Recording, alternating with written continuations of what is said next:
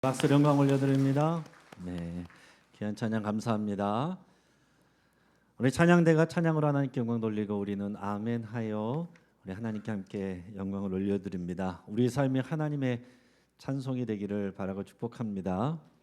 오늘 우리가 읽은 본문을 통해서 잎사귀와 열매라는 제목으로 말씀의 은혜를 같이 나누겠습니다. 여러분은 어떤 인생을 살고 싶습니까? 여러분들이 세상을 떠난 다음에 여러분들의 자녀들, 여러분들의 가까운 사람들이 여러분들을 어떻게 기억하면 좋겠습니까? 나이가 많든지 젊든지 하나님이 오라고 하시면 우리는 가야 됩니다. 언제 하나님이 우리를 부르실지 모르고 죽음이 항상 가까이 있다는 것을 우리가 생각을 해야 되기 때문에 언제나 우리는 하나님 앞에서 겸손해야 되고요. 우리 인생을 무엇을 위해서 살아야 되는지 여러분 진지하게 생각을 하셔야 됩니다. 어느 변호사가 올린 글을 읽어봤는데요. 이 변호사에게 몇 년 전에 한 부인이 찾아왔습니다. 그래서 상담을 하는 내용이 어떤 것이었냐면은 이 남편이 50대에 이미 이제 큰 돈을 벌었다고 합니다. 강남역과 이 청담동 명품거리에 커다란 빌딩을 하나씩 두 개나 크게 세워서 큰 부자가 됐다는 거예요. 여러분 얼마나 신나는 일이겠어요. 너무 부럽죠. 근데 문제는 뭐냐면은 이 남편이 부자가 된 다음부터는 이 아내를 학대하고 수시로 폭력까지 휘두르고 있다 하는 사실이었습니다. 이 둘 사이에는 아이도 없었습니다. 그래서 지금 이혼 소송을 하고 재산 분할을 청구를 하면은 이 아내는 큰 돈을 받을 수 있는 상황이었습니다. 근데 이제 상담하는 가운데 여자는 이혼 생각은 없다 이렇게 얘기를 하고 내가 맞더라도 쫓겨나지 않고 끝까지 버텨보겠다 이렇게 얘기를 했대요. 이 변호사의 이야기가 상담을 하다 보면 부자가 되고 나서 이렇게 변하는 남편들이 꽤나 많다고 합니다. 몇 년이 흐르고 나서 이 변호사는 이 여인의 소식을 이 가정의 소식을 듣게 되었는데 이 부부가 어떻게 됐을까요? 이 남편은 계속해서 아내를 학대했습니다. 하도 괴롭히니까 이제 아내가 참다가 결국은 이혼을 해줬습니다. 그리고 남편에게는 위자료도 많이 못 받았다고 합니다. 자, 그런데 이상한 일이 벌어졌어요. 그러고 나서 이 남편이 집안에 이제 화장실에서 실수로 미끄러졌는데 그만 머리를 세면기에 박고 그 자리에서 죽어버린 것입니다. 아무도 예상하지 못한 일이 일어났어요. 근데 이 남자가 죽었는데 지금 많은 빌딩과 재산 이것을 상속할 자식이 없다는 겁니다. 아내하고는 이혼을 했기 때문에 재산 상속권이 없습니다. 그래서 이제 변호사가 찾아보니까 조카가 11명이 있더래요. 자, 빌딩 하나가 1,000억 원대가 넘고 그런 빌딩이 두 개나 있으니 여러분 이것을 나눠만 가져도 얼마나 대단한 거겠습니까? 근데 지금 법이 그래서 그냥 받을 수가 없고 엄청난 상속세를 물어야 된다는 거예요. 근데 이렇게 큰 빌딩은 쉽게 매매가 되지도 않는답니다. 그래서 11명의 조카가 다들 이런 상속 받지 않겠다 다 포기를 했대요. 그래서 이 빌딩과 재산이 그냥 공중에 붕 떠서 결국에는 국가 소유로 이렇게 넘어가게 됐다고 합니다. 자, 얼마나 허망합니까? 이 죽은 남자는 이 땅에 태어나서 이 재산을 모으기 위해서 얼마나 노력했겠어요? 그리고 어느 날 갑자기 빈손으로 허망하게 세상을 떠날 줄은 어떻게 알았겠습니까? 이 아내분도 좀 더 참았더라면 많은 또 재산을 상속받았을지도 모릅니다. 이 사건을 설명하고서 변호사가 이렇게 글을 썼습니다. 재산이란 여름철 아름다운 꽃 같지만 시간이 지나고 바람이 불면 마른 풀같이 그렇게 시들어 버리는 것 같다. 깨끗한 노동으로 감사한 밥을 만드는 서민들의 정직한 돈이 진짜 가치 있는 건 아닐까. 가지고 있는 것에 만족하며 어떤 환경에서도 감사할 수 있는 사람이 진정한 부자가 아닐까. 이 글쓴이의 내용을 보니까 너무 성경적이어서 제가 한번 조사를 해보니까 역시나 이제 크리스찬이시더라고요. 이제 변호하는 그 현장에서 이런 일들을 경험하면서 이 성경의 말씀을 더 깊이 와닿는다, 이런 고백하게 되는 거죠. 여러분, 이 내용을 들으면서 여러분들은 어떤 생각이 드십니까? 아, 그래, 어차피 인생은 어느 날 갑자기 끝나는 것이고 결국 우리는 빈손으로 가는 거야. 그러니까 우리는 부지런히 내 가족들, 내 가까이 있는 사람들 또 사랑하고, 돈이 다가 아니라는 것을 알고 늘 감사를 하고, 내가 하나님 앞에 섰을 때 부끄러움 없이 살아야지, 그렇게 여러분 생각하셨기를 바랍니다. 근데 어떤 분들은 그 아내가 안타까웠을지 몰라요. 아이고 아깝다, 조금만 더 참지, 조금만 더 참지. 어떤 분들은 몇 천억 원 하는 빌딩 2개가 눈앞에서 왔다 갔다, 부럽다, 아깝다, 계속 그 생각을 하실지도 모르겠어요. 실제로요, 요즘 젊은 사람들은 성실하게 일하고 열심히 또 저축하고 근면하게 사는 것을 미련하다라고 생각하는, 능력 없다라고 생각하는 그런 경향이 강합니다. 평생 열심히 일해서 아끼고 돈을 모으는 것보다 아파트 한 채 사가지고 그 값이 올랐을 때 팔아서 남는 이익이 훨씬 크니까 그럴 만도 하겠죠. 그러니까 젊은이들은 주식이나 코인처럼 재테크를 통해서 큰 돈을 만져본 사람들은 이제 그 다음에는 짜여진 시간 안에 남의 밑에 들어가서 열심히 일하며 사는 것, 그렇게 살기가 쉽지가 않습니다. 미련하게 보이는 거예요. 여러분, 물론 재테크 자체가 나쁜 것은 아닙니다. 저는 여러분들이 돈도 많이 벌고 부자 됐으면 좋겠습니다. 재테크도 잘해서 여러분 부자 됐으면 좋겠어요. 그리고 그 돈을 하나님이 기뻐하시는 일을 위해서 풍성하게 잘 사용하셨으면 좋겠습니다. 아멘 하신 분들만 그렇게 될 줄 믿습니다. 여러분이 부자가 되고 하나님 나라에서 풍성하게 쓰기를 바라고 축복합니다. 정말 중요한 건 뭐냐면, 많은 돈과 부유한 삶이 인생의 목적이 아니다라는 사실이에요. 돈과 부유함을 무엇을 위해서 사용할 건가, 이게 더 중요한 것입니다. 여기에 대한, 이 질문에 대한 여러분이 성경적인 분명한 답과 확신이 없이 살아가면 우리는 돈이 많든지 돈이 적든지 어리석은 부자의 삶이 될 수밖에 없다 하는 것입니다. 오늘 우리가 갈라디아서 말씀을 읽었는데, 갈라디아서 말씀은 로마서의 축소판이라고 불립니다. 복음이 무엇인지, 구원이 무엇인지, 구원받은 사람의 삶은 어떠해야 되는지, 이것을 분명하게 가르쳐주고 있습니다. 자, 그 중에서도 한 구절로 이 모든 것을 압축해서 보여주는 구절이 있는데, 갈라디아서 5장 13절 같이 한번 읽어보겠습니다. 형제들아, 너희가 자유를 위하여 부르심을 입었으나 그러나 그 자유로 육체의 기회를 삼지 말고 오직 사랑으로 서로 종노릇하라. 아멘. 여러분, 이 한 구절 안에 얼마나 많은 더 깊이 있는 내용이 들어가 있는지 모릅니다. 인생의 의미 찾아서 다른 데 가서 헤매지 마시고 이 한 구절을 여러분 잘 묵상하시면 됩니다. 이 구절 안에서는 우리가 구원받기 전에 삶이 어떤 것이었는지, 구원받은 후에 우리의 상태는 무엇인지, 구원받은 이후의 삶은 어디를 향해서 가야 되는지, 이거를 가르쳐주고 있어요. 이 말씀에 의하면 구원받기 전에 우리의 상태는 자유함이 없었다, 포로된 상태였다, 노예된 상태였다, 이렇게 말하고 있습니다. 왜 그렇습니까? 우리는 죄를 짓고 죄의 종이에요.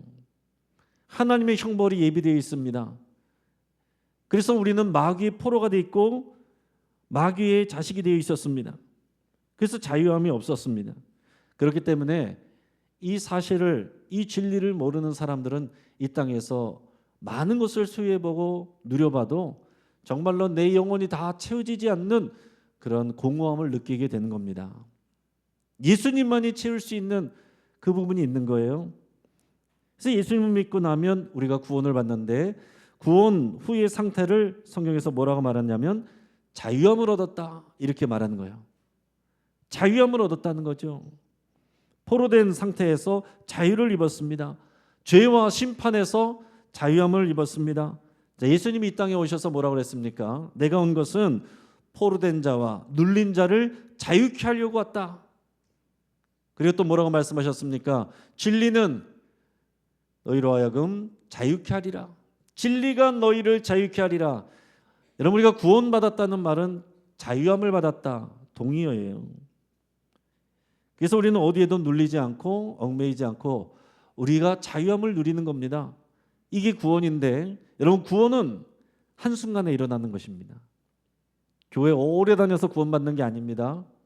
내가 이 말씀을 믿고 예수님을 영접하여 결단하고 여러분이 살면 그 순간 우리는 하나님의 자녀가 되고 그리스도인이 되고 구원을 받고 자유하게 됐습니다. 예수님을 믿고 그 믿음이 있다 하고 생각하고 앉아 계신 분들은 다 여기까지 놓은 거예요. 자, 근데 중요한 것은 그 다음이 중요하다는 거예요. 구원받은 후의 삶이 중요하다는 것입니다. 구원을 받았으면 끝이 아니라, 다 한 게 아니라 이제 출발선에 선 것입니다. 이제 우리의 목적지가 어딘지를 분명히 확인하고 달려가는 게 중요한 거예요. 구원받은 후의 삶을 뭐라고 표현하느냐?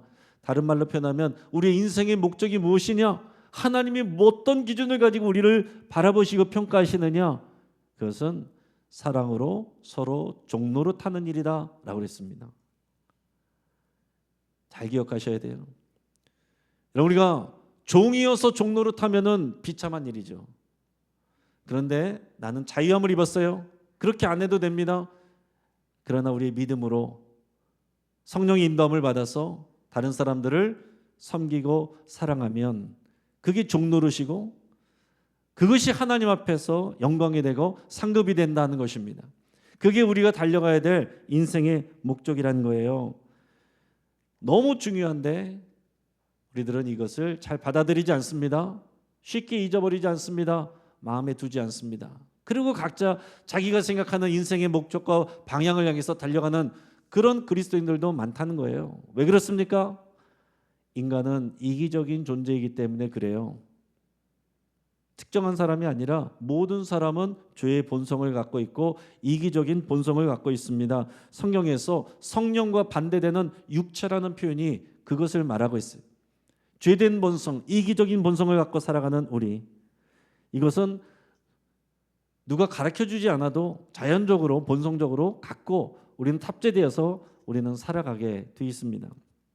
예전에도 한번 말씀드린 적이 있는데 교통사고가 나서 차가 이제 정면으로 어떤 구조물이나 차량에 부딪히게 될 때 많은 경우에 운전자보다는 옆에 앉아 있는 조수석에 있는 사람이 더 크게 다치는 경우가 많대요.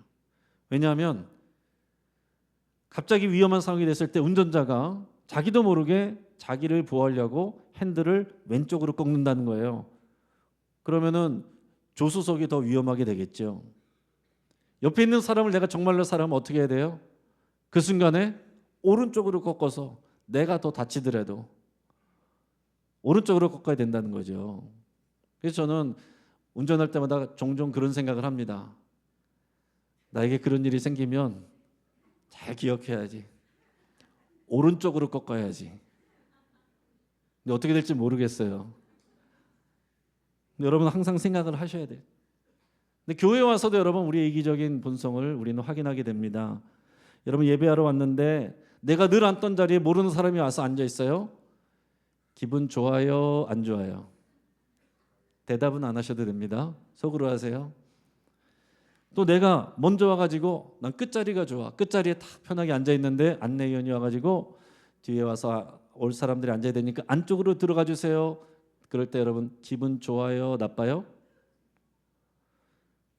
그러면 그 다음에 에이 다음부터는 아예 늦게 와야지. 늦게 와서 끝자리에 앉아야지. 그런 생각을 해본 적이 있습니까? 없습니까? 여러분 우리 교회 안에서도 신앙생활하면서도 우리는 순간순간 이기적인 우리의 본성을 마주하게 됩니다. 어느 병실에 두 환자가 누워 있습니다. 한 환자는 창가 쪽에 누워 있어요. 한 환자는 벽 쪽에 누워 있습니다.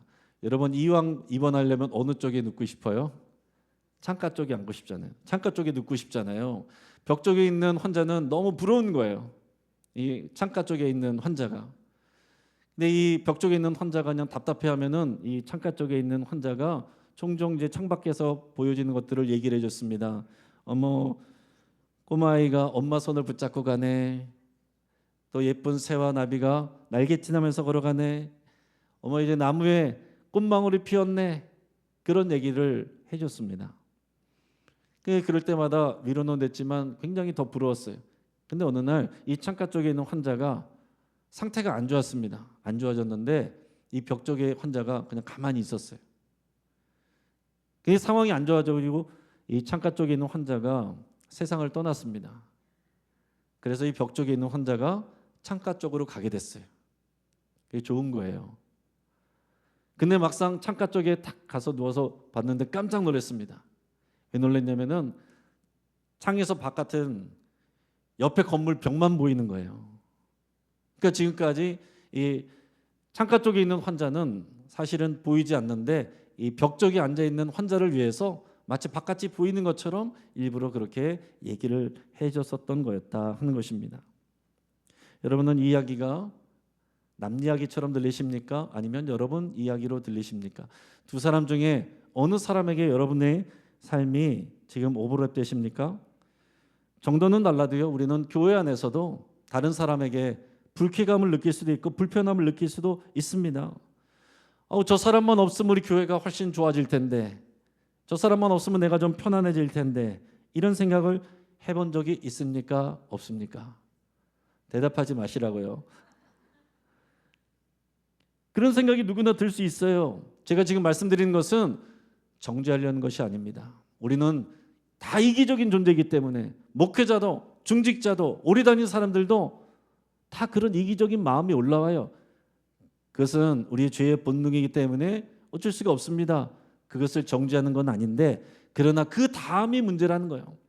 그런 불편한 마음이 올라오고 생각이 들었을 때 그것을 그대로 내버려 두거나 계속해서 그것을 묵상하면 그거는 안 좋은 일입니다. 그거는 내 책임이 되는 거예요.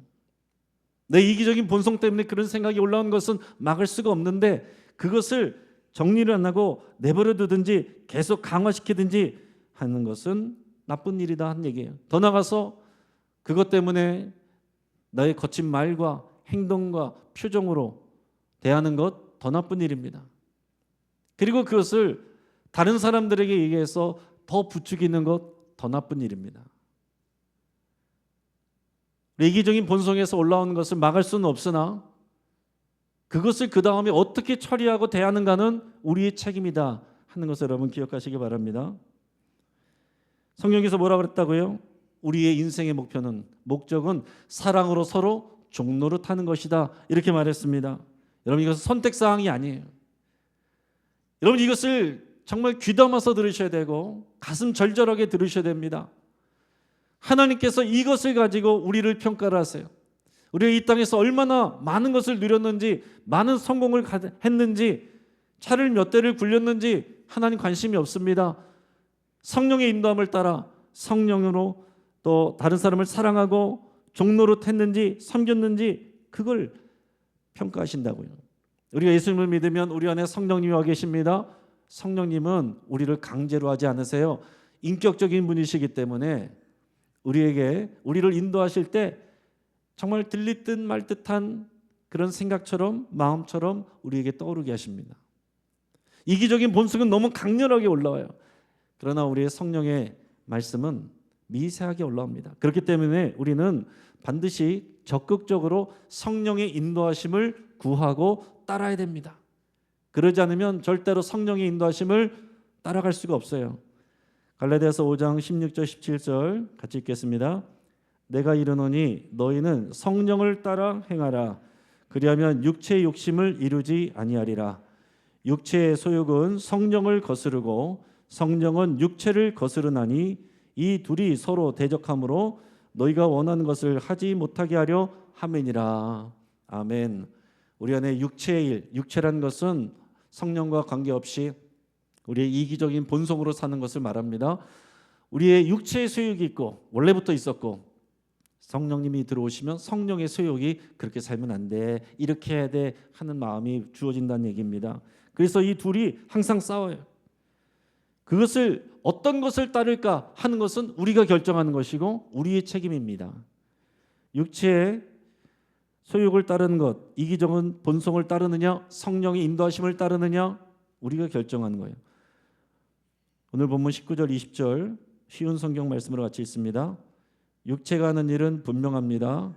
곧 음행과 더러움과 음란과 우상 섬기기와 마술과 미움과 다툼과 질투와 화내기와 이기심과 편가르기와 분열과 시기와 술 취하기와 흥청거리는 잔치와 같은 것들입니다. 전에도 경고했지만 이제 다시 경고합니다. 이런 일을 하는 사람은 하나님의 나라에 들어가지 못합니다. 아멘. 강력한 경고입니다. 우리가 성령의 소욕을 따르지 않으면 자연적으로 육체의 소욕을 따라 살게 돼 있습니다. 육체의 일이란 건 아주 분명하다라고 그랬어요. 여기서 뭐뭐 얘기했습니까? 음행과 더러움과 음란. 성령이 이끄신 것은 거룩한 삶이고 육체가 이끄는 것은 음란한 삶입니다. 성적인 방종이에요. 근데 지금 세상은 어떻게 가르칩니까? 성적인 자유, 성적인 해방, 성혁명을 얘기하고 있습니다. 세상은 그렇게 말할지라도 여러분 우리는 성경 말씀을 따라서 거슬러 올라가서 거룩한 삶을 추구해야 돼요. 그리고 그것을 자녀들에게 다음 세대에게 가르쳐야 됩니다. 우상 섬기기와 마술, 다른 신에게 절하고 미신을 숭배하고 또 두려워하고 그런 일들 이건 육체의 일이다 그랬습니다. 더 나아가서는 이기심과 편가르기와 분열 이게 다 육체의 일이라고 그랬습니다. 왜요? 교회는 그리스도의 몸입니다. 분열하고 나누는 것은 그리스도의 몸을 찢는 범죄의 행위예요. 근데 불행하게도 우리 한국교회는 이런 일을 너무 잘해요. 다양성을 존중하는 일은 해야 되겠지만 서로 다른 사람들을 존중하지 않고 연합하지 못하면 그것은 육체의 일입니다. 서로 나뉘어 있어도 서로 존중하고 연합하면 성령의 역사가 될 수 있어요. 근데 여러분 우리 장로교만 해도 우리는 대한예수교 장로회인데 대한예수교 장로회 말고도 몇 개가 있습니다. 고신측 장로회가 있어요. 들어보신 적 있죠? 부산에 있는 고려신학교 또 중심으로 한 고신측 장로회가 있고 기장측이 있습니다. 기독교 대한 기독교 장로회 여기는 한신대를 중심으로 한 기장측이 있어요. 우리는 대한예수교 장로회인데 대한예수교 장로회도 예전에 둘로 나뉘어 있어서 우리는 통합측입니다. 통합측 영락교회, 소망교회 또 이런 교회가 중심이 되는 우리 이제 통합측이에요. 근데 우리와 갈라져 나간 합동측이 있습니다. 이제 우리는 장신대 측이고 합동측은 총신대와 또 사랑의 교회 이런 데 중심인데 우리는 통합측은 지금도 그 이후로 하나인데 합동측은 그 이후로 많이 분열돼서 200개가 넘는 군소교단이 있다고 합니다. 우리도 잘 몰라요. 그래서 여러분 가끔 다른 교회 다른 데로 가면서 여기 이 교회에 대한예수교 장로회라고 써있네? 그러고 들어가면 안 된다는 거예요.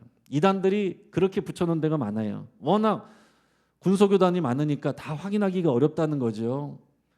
대한예수교 장로회 그 다음에 뭔지를 여러분 확인하셔야 돼요. 우리는 뭐라고요? 통합. 우리 모든 신앙을 통합적으로 우리가 받아들이는 뭐 그런 신앙인데요. 근데 여러분 이렇게 교단이 많아지고 교회가 많아지는 것 다 부흥이 아닙니다. 육체의 일일 수 있어요. 개교회들도 마찬가지입니다. 교인들끼리 갈라치고 나뉘고 분열해서 서로 싸우고 다투는 일들이 많습니다. 사랑을 외치는 교회가 이런 모습을 보일 때 세상에 있는 사람들이 누가 교회로 오겠습니까? 누가 교회에서 희망을 보겠습니까? 누가 그런 교회에 구원이 있다고 따라오겠습니까? 이건 남 이야기가 아니라 우리 각자 우리의 문제예요. 또한 술 취하기와 흥청거리는 잔치라고 했습니다. 절제하지 못하는 방탕한 삶을 말하는 것입니다. 술 자체는 죄가 아니에요. 술은 죄가 없습니다. 또 술이 우리 안에 들어와서 우리를 더럽게 하지 않는다라고 그랬어요. 뭐가 문제냐? 술을 절제하지 아니하고 흥청망청되는 거. 그리고 그 술 취함으로 인해서 더 큰 범죄로 이어지는 거. 그게 잘못됐다고 얘기하고 있습니다. 나는 믿음으로 이런 믿음이 있어서 나는 상관이 없는데 그게 다가 아니에요. 믿음이 연약한 자가 나를 보고 시험이 된다면 나는 평생 그것을 입에 대지도 않겠다. 이게 사도 바울의 대답입니다. 이게 우리의 고백이어야 돼요. 기준이 뭡니까? 내가 아니에요. 믿음이 연약한 다른 사람이죠. 성숙한 사람은 내가 믿음이 있으니까 내가 하고 싶은 걸 다 할 수 있다. 이게 믿음이 성숙한 사람이 아니라 믿음이 연약한 사람 때문에 나를 절제하는 거, 그게 성숙한 사람입니다. 그런 사람들을 위해서 나는 안 그래도 되지만 성령의 이끄심을 인도하심을 따라서 사랑으로 종노릇하는 거, 사랑하고 돌봐주고 섬기는 거, 이게 성숙한 사람이다 하는 거죠. 이 표대를 향해서 우리를 성령님께서 이끌어가고 계신 겁니다. 우리가 성령님을 따르면 자동적으로 예수님을 따라가게 돼 있어요. 예수님의 성품부터 따라가게 돼 있습니다. 오늘 본문의 22절 23절 우리 쉬운 성경으로 같이 한번 읽어보겠습니다. 그러나 성령의 열매는 사랑과 기쁨과 평화와 오래 참음과 자비와 착함과 성실과 온유와 절제입니다. 이런 것들을 금지할 율법이 없습니다. 아멘. 자, 성령을 따르게 되면 우리는 예수님을 닮게 되는데, 그래서 그 결과는 예수님의 성품을 닮아가게 됩니다. 그래서 성령의 열매는 성품의 열매예요. 자, 그러니까 교회 오래 다녔고 기도도 열심히 하고 뭔가 일도 많이 하는데 성품이 안 바뀌어요. 그건 성숙하지 않은 것입니다. 믿음 좋은 사람이 예전에 그게 아니라는 거예요. 성품이 바뀌는 만큼이 성숙한 거예요. 그게 믿음입니다. 우리는 뭔가 열심히 하는 걸 보면 믿음이 좋구나 이렇게 생각하지만 순종하여 복종하여 성품이 바뀌어가는 게 믿음입니다. 근데 이 성령의 열매의 9가지를 보면 특징이 뭐냐면 다 관계적인 단어들이에요. 관계적이다.